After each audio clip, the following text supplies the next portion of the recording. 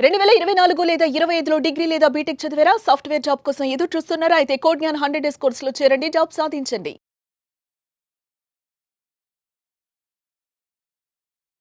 నమస్కారం శ్రీ ఆచార్య అనంతకృష్ణ స్వామి గారు. నమస్కారం అండి. సబ్జెక్ట్ చూసిన తర్వాత గ్రాటిట్యూడ్ అనే విషయాన్ని ఏ విధంగా తీసుకోవాలి అని ప్రతి ఒక్కరూ థ్యాంక్ యూ అని చెప్పుకుంటున్నారు. And me life style video ప్రత్యేకించి చాలా పాజిటివ్ కామెంట్స్ తోటి, చాలామంది సపోర్టివ్ తోటి చాలా బాగా వెళ్ళింది, చాలా బాగా రీచ్ అయింది. Thank you very much. వాళ్ళకి నిజంగా చాలా థ్యాంక్స్ చెప్పాలి సార్. కృతజ్ఞత వాళ్ళకి చెప్పాలి, ఆడియన్స్కి. వాస్తవాలు చెప్పాను కదా. అవును, అంత భారీ రిసీవ్ తీసుకున్నారు. అండ్ మీరు కూడా ఎక్కడ నెగిటివ్ మాట్లాడకుండా ప్రతి దాంట్లోనూ పాజిటివ్ మాట్లాడుకుంటూ ప్రతి దానికి అర్థమయ్యే భాషలో అందరికీ చెప్పడం కూడా చాలా బాగా అనిపించింది. అవునండి. Thank you so much once again for you. వీడియోలో ఏం చెప్తారు? ఇక్కడ మనం ఏం చేస్తున్నాం అంటే అండి, మన సబ్జెక్ట్ అనేది పండితులకనే కాకుండా పామరులకు కూడా అది అర్థం కావాలి. మనము అట్టడుగు వాళ్ళ నుంచి కూడా మనము వాళ్ళని బయటికి తీసుకొచ్చి ధనము సంపద అనేది ఎలా ఉంటుందని చూపిస్తున్నాం మనం. ఎందుకంటే సబ్జెక్ట్ అనేది అందరికీ అర్థం కావాలనే భాషలో చెప్తున్నాం. అప్పుడు మనము ఒక ఉన్నతంగా ఏదో ఊహిస్తూ చెప్పామనుకోండి, మామూలు జనాలకు అర్థం కాదు అది. కాబట్టి అందరికీ అర్థం కావాలి. అప్పుడు పేదవాడు అంటే అట్టడుగు వర్గం అనేది ఒక ఊహ ఉంది అందరికీ. కాబట్టి దాని నుంచి బయటికి రావాలని మనం అందరికీ అర్థమయ్యే పరిభాషలను చెప్తున్నాం మనం. దాంట్లో ఎలాంటి సంశయం లేదు. అందరికీ సబ్జెక్ట్ అందాలి, అందరూ ఉన్నత స్థితికి వెళ్ళాలని కోరుకుంటున్నాం. ఇక్కడ విచిత్రం ఏం జరుగుతుందంటే,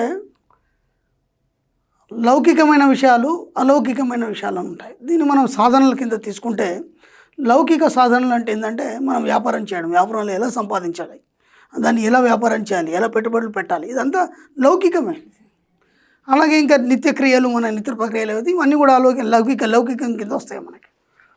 ఇక్కడ మనం చేసేది ఏదైతుందో మన సబ్జెక్టు కావచ్చు, పూజలు కావచ్చు, లేకపోతే ఇంకేదైనా సాధనలు కావచ్చు, ఇవన్నీ అలౌకిక సాధనలు అనమాట. ఇవన్నీ మనకి చెప్పడానికి ఉండవు. ఇవి తనకు తాను అంతర్మదనం చెంది అలాగే అంతరంగికంగా ఆత్మతోని అనుసంధానమైనప్పుడే ఇవన్నీ ఎలా ఉంటాయని అనుభవాలు తనకు తాను పొందగలుగుతాడు. అంతే తప్ప దీన్ని ఇలా చూపించడానికి లేదు. యాజ్ ఇట్ ఈస్గా మన సబ్జెక్టు కూడా అదే. ఇప్పుడు మన సబ్జెక్ట్లో ఎన్నోసార్లు చెప్పాను, ఒకరికి జరిగిన అనుభవం ఇంకొకరికి జరగాలి. అది స్వానుభవంగా ఉండాలి. స్వానుభవంగానే తాను పొందిన అనుభవంతో ఆనందం చెంది దాని యొక్క ఫీల్ అవుతాడు తప్ప ఇది ఇలా చెప్పడం లేదు. అందుకే దీన్ని మనం అలౌకికం అన్నాం. కాబట్టి ప్రతిదీ కూడా మన సబ్జెక్టులో ఏం జరుగుతుందంటే అలౌకికమైనటువంటి సాధన జరుగుతుంది. అలౌకికమైన సాధన అంటే మనిషి తనకు తాను లోపల రమిస్తూ ఆ యొక్క ఏదైతే మనం ఏం చేస్తున్నాం, మనం ఒక అఫర్మేషన్ పెట్టుకుంటున్నాం. అఫర్మేషన్ అనేది మనం బయటికి చెప్పడానికి లేదు, అది అంతర్లీనంగా జరుగుతుంది. ఒక కోరిక కావచ్చు, ఒక అఫర్మేషన్ కావచ్చు, లేదంటే ఇంకేదైనా కావచ్చు, ఒక పెట్టుకున్న లక్ష్యం కావచ్చు, ఇంకేదైనా కావచ్చు, అదంతా ఎక్కడ జరుగుతుంది? మీ మనసులో జరుగుతుంది. ఏదైతే మీ మనసులో జరిగే ప్రక్రియ ఏదైతుందో అది బాహ్యంగా వెలువడుతుంది భౌతిక రూపంలో. ఇప్పుడు ఒక సినిమా డైరెక్టర్ ఉన్నాడు, తన మనసులో అంతర్మదనం చెందుతాడు. ఆ యొక్క సీన్ కానీ లేకపోతే పిక్చర్ ఎలా తీయాలి దాన్ని పదే ఆలోచిస్తాడు. ఇది అలౌకికం, ఇది బయటికి చెప్పడానికి ఉండదు. అర్థమవుతుంది ఇప్పుడు దీనికి తేడా అనమాట. లౌకికం అలౌకికం అంటే తేడా ఇది. అంతర్మదనం చెందుతాడు ఆయన. ఆ పిక్చర్, ఆ మూమెంట్ ఎలా ఉండాలి అదంతా అతను కలగంటాడు. కలగని అప్పుడు దాన్ని పిక్చర్ రూపంలో భౌతికంగా మనకు కనిపించేటట్టు, అంటే కళ్ళకు కనిపించేది ఏదైతుందో భౌతికం, అది అలా భౌతిక రూపంలో బయటికి పెడతాడు.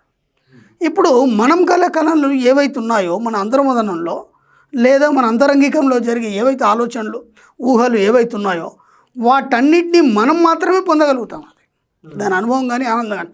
ఇప్పుడు ఒక కొత్త బైక్ కొన్నాడు లేదా ఒక కొత్త కారు కొన్నాడు, ఆనందాన్ని ఎంత పొందుతాడంటే తన లోపల తాను దాన్ని బయటికి ఎలా వ్యక్తం చేయగలడు? ఒక కేకల ద్వారా కానీ లేకపోతే చలనం ద్వారా లేకపోతే ఫీలింగ్స్ ద్వారా చెప్పగలడు. అంతేగాని లోపల జరిగే ఫీలింగ్ని ఎలా చెప్పగలుగుతాడు? దాన్ని ఎటువాడికి ఎలా అర్థమవుతుంది? అది చెప్పిన అర్థం కాని స్థితి. యాజ్ ఇట్ ఈజ్గా మన సబ్జెక్ట్ అలాగే ఉంటుంది. మనం ఊహించింది మనకు జరిగినప్పుడు కానీ లేదంటే దాన్ని పొందినప్పుడు కానీ ఆ భావన ఎలా ఉంటుందంటే మనమే ఆనందించాలి అంతే, దాన్ని బయటికి చెప్పడానికి లేదు. దీన్ని ఎలా వస్తుంది, ఎలా ఉంది అని చూపించడానికి లేదు అది. ఎందుకంటే అది అలౌకికం. అలాగే పూజలు కానీ, భగవంతుడు కానీ, ఒక శాస్త్రం కానీ, ఒక విజ్ఞానం కానీ, ఒక వైద్యం కానీ, దాంట్లో కొన్ని ఎన్నో మిరకిల్ జరుగుతాయి. ఇప్పుడు జరిగినప్పుడు మనం హుర్రా అని అరుస్తాం. ఎందుకంటే అది ఎప్పుడైతే కనుగొనబడ్డదో, ఫైండ్ అవుట్ అయినప్పుడు ఏమంటే హుర్రా అని అరుస్తాం. దాన్ని ఏమని చెప్పగలుగుతాడు ఆయన? కాబట్టి మీరు ఏం చేస్తారంటే మీ ఊహల్ని ఇంకా పెంచండి అంతర్లీనంగా. అవి ఎలా ఉండాలంటే మీ యొక్క అంతరంగిక భావాలతో, ఆనందంతో, సంతోషంతో, ఐశ్వర్యంతో ఆరోగ్యంతో కూడి ఉండే ఆలోచనలు మాత్రమే చేయండి. ఇది అలౌకికమైన ఆనందం. దీన్ని బాగా గుర్తించండి. ఇది బయటికి చెప్పడానికి లేదు. దీన్ని మీరు ఎంత పొందగలిగితే అంత భౌతిక రూపంలో, వస్తు రూపంలో కావచ్చు, సంపద రూపంలో కావచ్చు, డబ్బు రూపంలో కావచ్చు, ఏదైనా మీరు పొందగలుగుతారు. ముందు అంతరంగిక భావన అనేది ముఖ్యమైన సబ్జెక్ట్. ఓకే, ఆలోచన ఎంత పెద్దగా ఉంటే అంత మంచిది అంటారు. అలౌకిక ఆనందం అది చెప్పడానికి లేదు. మీరు ఎంతనో ఊహించుకోండి, అది మీరు ఎంతనో ఊహించుకోండి, అది ఖచ్చితంగా నిజమవుతుంది. కాకపోవడం అనే సమస్య లేదు. ఎందుకంటే పెద్ద పెద్ద నిర్మాణాలు ఉన్నాయండి. ఇప్పుడు మనం చార్మినార్ చూసుకున్నాం.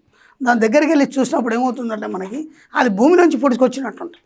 ఇప్పుడు ఒక కట్టడం ఉందని, ఆ కట్టడం ఏం చేస్తారంటే ఒక బేస్ మీద కడతారు. ఏ కట్టడం అయినా కానీ ఒక బేస్ మీద కడతారు.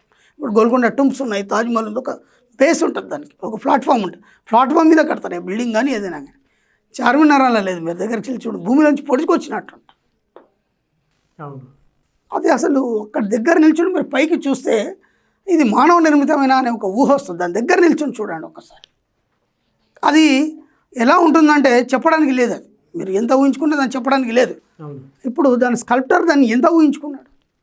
వాడు ఇన్ని వందల సంవత్సరాల నుంచి చెక్కు చెదరకుండా అంత చక్కగా ఉంది అంటే అది ఇంతవరకు దాదాపు ఇన్ని వందల సంవత్సరాల వరకు ఆయన ఎస్టిమేషన్ వేయాలి. మళ్ళీ దాంట్లో మీకు ఒక ఇటుక రాయి కూడా లేదు. అది స్పెషల్ దాన్ని. అది సున్నం రాయితోనే కట్టారు దానికి ఒక స్పెషల్. అది మనలాగే ఇప్పుడు సలాకలు అవన్నీ పిల్లర్స్ ఏమీ లేవు. అయినా సరే అంత స్టాండర్డ్గా 400-500 సంవత్సరాల నుంచి ఉంది అంటే అతను ఎంత ఇమాజిన్ చేయాలి. అంతరంగికంగా అలౌకిక సాధన చేస్తే కానీ అది బయటికి రాదు. ఆ చిత్రం బయటికి రాదు, ఆ కట్టడం బయటికి రాదు. ఇది మన సబ్జెక్ట్. అంతర్లీనంగా మీరు పోయినప్పుడు దాని భావనలు, దాని ఫీలింగ్స్, ఆ ఉత్సాహం అవన్నీ మీకు అర్థమవుతాయి. ఇది మామూలుగా చెప్తే అర్థం కాదు. ఒకసారి ఊహించండి. మీరు అప్పుడు వెళ్ళి దాని దగ్గర నుండి చూడండి, భూమిలోకి వెళ్ళి పొడుచుకొచ్చినట్టు ఉంటుంది. అది అసలు ఊహించలేం మనం అంత పెద్ద కట్టడాన్ని. ఇంకా కొన్ని నేను చెప్తాను, సరదాగా మనం మాట్లాడుకుందాం. ఇప్పుడు చార్మినార్ ఉంది. చార్మినార్ మీరు చూసారా? ఎన్నిసార్లు చూసారు? 2 సార్లు వెళ్ళాను. ఏం చూసారు? మొత్తం పైన ఎక్కి మామూలుగా అబ్జర్వ్ చేసుకుని. మీరు చార్మినార్ చూడలేదు. ఎందుకంటే చాలామంది చూసిన అనుకుంటారు చార్మినార్ని. సరే చెప్పండి. ఎలా ఉంటుందంటే అప్పుడు ఒక శిల్పి ఉన్నాడండి, ఒక మంచి కళాకారుడు ఉన్నాడు. వాళ్ళు ఏం చేస్తారంటే ఒక గొప్ప కట్టడం కానీ, ఒక అద్భుతమైన కళని సృష్టించిన తర్వాత దాంట్లో ఒక చిన్న లోపం కానీ, ఒక అద్భుతం కానీ పెడతారు. అది చాలామందికి తెలియదు అది. కాబట్టి అంత పెద్ద కట్టడంలో మీరు చార్మినార్ చూశారని గుర్తుపెట్టడానికి దానికి ఒక చిన్న అద్భుతాన్ని పెట్టాడు ఆ కళాకారుడు. అది ఎవరికి తెలియదు. చూసామంటే మనం కట్టడం చూసాము, అందాన్ని మనం ఆ అందాన్ని చూస్తాము, వాడిని చూస్తాం. మనం చూసేసి ఆహా ఎంత బాగుంది కట్టడం అంటాం. కాదు, చార్మినార్ చూసాము అని గుర్తుగా మనకు కొన్ని సింబల్స్ ఉంటాయి. ఆ సింబల్స్ మనం పరిశీలిస్తే కానీ మనకు దొరకవు. ఎంత లోతుగా పరిశీలించినప్పుడే దాన్ని ఎతికినప్పుడే దొరుకుతాయి. వాళ్ళు అలా పెట్టేస్తారు. దాని లోపల డోమ్ ఉంటుంది కదండి, ఆ డోమ్లో ఒక సైడ్ డిజైన్లో ఒక పిల్లి బొమ్మ ఉంటుంది. అది యాజ్ ఇట్ ఈస్గా డిజైన్ లాగానే అనిపిస్తుంది మనకి, కానీ అది బాగా పరిశీలించినప్పుడు మాత్రం కనిపిస్తుంది. మీరు ఎప్పుడైతే దాన్ని గుర్తిస్తారో చార్మినార్ని చూసినట్టు. కళాకారుడు అద్భుతం అనమాట. కళాకారుడు ఏం చేస్తాడంటే ఎక్కడ ఒక అద్భుతాన్ని కానీ, ఒక లోపాన్ని పెడతాడు, ఒక చిత్రంలో కానీ, లేకపోతే ఒక కట్టడంలో కానీ. అంటే వాళ్ళు అంత ఫీల్ అవుతారు. వాళ్ళు అంత ఫీల్ అయినప్పుడు ఏదో ఒక చిత్రం పెట్టేస్తాడు వాడు అక్కడ. దాన్ని కనిపెట్టినప్పుడు నువ్వు దాన్ని సరి అయిన అనుభవాన్ని పొందిన భావన ఉంటుంది అనమాట. లేకపోతే ఏంది, అందరిలాగా మీరు కూడా చూసి వచ్చారు, ఇప్పటిదాకా మీకు కూడా తెలియదు. అది మెయిన్ ఎంట్రన్స్లో ఉంటుంది కదా, భాగ్య మందిరం ఉంది, భాగ్య అమ్మవారి మందిరం ఉంటుంది. ఆ మందిరం పైన లోపల సైడు అక్కడ మీకు వీలైతే చూడండి కనిపిస్తుంది. మళ్ళీ ఇదంతా షో చేయకండి. అంటే చెప్తున్నాను కళాకారుడి యొక్క గొప్పతనం, ఔన్నత్యం ఎలా ఉంటుంది, వాళ్ళు ఎంత ఫీల్ అయితే ఎంత అద్భుతాలు బయటకు వస్తాయని చెప్తున్నాను నేను. అలా ప్రతి ఒక్క కళాఖండానికి కానీ, లేకపోతే ఒక చిత్రానికి కానీ వాళ్ళు అలౌకికంగా వాళ్ళు అంతర్మదనం చెంది ఆ యొక్క భావనలు పొందిన తర్వాతనే అంత గొప్ప గొప్ప కట్టడాలు కావచ్చు, నిర్మాణాలు కావచ్చు, కాలాలు కావచ్చు, ప్రతిది ఏదైనా కావచ్చు. ఇప్పుడు ఒక కారు ఉందండి, ఒక కారు కొన్నామంటే మనం ఏదో డబ్బులు కొనేసి దాన్ని ఎంజాయ్ చేస్తుంటాం. దాని వెనక ఎంతమంది ఇంజనీర్ల పరిశ్రమ ఉంటుంది. ఆ ఇంజనీర్లు ఎన్ని రాత్రులు ఆలోచించుంటారు దాన్ని. అది అలౌకిక సాధన. ఇప్పుడు ఒక్క మోడల్కి ఇంకో మోడల్కి చాలా తేడా ఉంటుంది. ఒక మోడల్కి ఇంకో చాలా మోడల్కి 100 రకాల తేడా ఉంటుంది. అంటే దాన్ని ఇంకా ఎంత ఈజీగా చేయాలి, ఇంకెంత ఈజీగా చేయాలి. వాళ్ళు ఎంత అంతరంగికంగా వాళ్ళు అలౌకిక సాధనలో మునిగి ఉన్నప్పుడు ఆ యొక్క కొత్తదనం అనేది బయటకు వస్తుంది. అప్పటిదాకా బయటికి రాదు. కాబట్టి ప్రతిదీ కూడా మీరు అలౌకిక సాధనలో మునిగి ఉన్నప్పుడు మాత్రమే ఏదైనా సాధిస్తారు. మన సబ్జెక్ట్ కూడా దానికి సంబంధించింది. కాబట్టి ఎంత వీలైతే అంత మీరు మౌనం వహించేసి అంతరంగికంగా మీ యొక్క సాధనల గురించి, మీ యొక్క ఊహల గురించి 24 గంటల ఆలోచనలో ఉండేవి అవన్నీ నిజమవుతాయి. మీ కళ్ళ ముందు ప్రత్యక్షమవుతాయి. భౌతిక రూపంలో మీ ముందు ఉంటాయి. Thank you so much Shri Acharya Anantakrishna Swami గారు. ఇప్పటివరకు చాలా మందికి నాకు తెలిసి చార్మినార్ దగ్గరికి తెలీదు అవును మీరు చెప్పేంత వరకు తెలియదు. మాకు తెలిసింది మేము చెప్తున్నాం. తెలుసుకోవాలి కదా, అందరూ తెలుసుకోవాలి కదా, లేకపోతే ఏదో చూసేసి వచ్చామంటే దానికి మీనింగ్ ఉండదు. అలా చాలా కట్టడాలు ఉన్నాయి, ఇంకా బోలెడు ఉన్నాయి అద్భుతాలు. ప్రతిదానికి ఒక అద్భుతం పెడతారు వాళ్ళు, గొప్ప కళాకారులు వాళ్ళందరూ, వాళ్ళకు ఒక అభిరుచి అది. అలా చాలా ఉన్నాయి, తర్వాత మాట్లాడుకుందాం. Sure. Thank you so much Shri Acharya Anantakrishna Swami గారు. Thank you. సుమన్ టీవీలో మీ పర్సనల్ అండ్ బిజినెస్ ప్రమోషన్స్ కోసం కింది నెంబర్కి కాంటాక్ట్ చేయండి.